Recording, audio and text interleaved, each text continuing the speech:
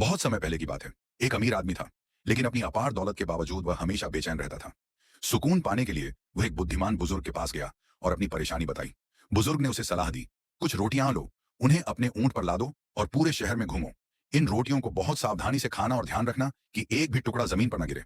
अमीर आदमी ने यह सलाह मान ली और अपनी यात्रा शुरू की।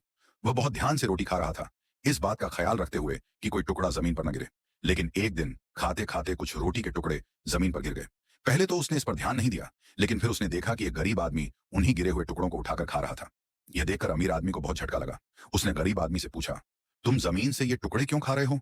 गरीब आदमी ने उदास स्वर में जवाब दिया, मैंने कई दिनों से कुछ नहीं खाया है। मेरे लिए ये टुकड़े भी किसी वरदान से कम नहीं है। जिनके पास बहुत कुछ होता है वे खाने की असली कीमत नहीं समझते।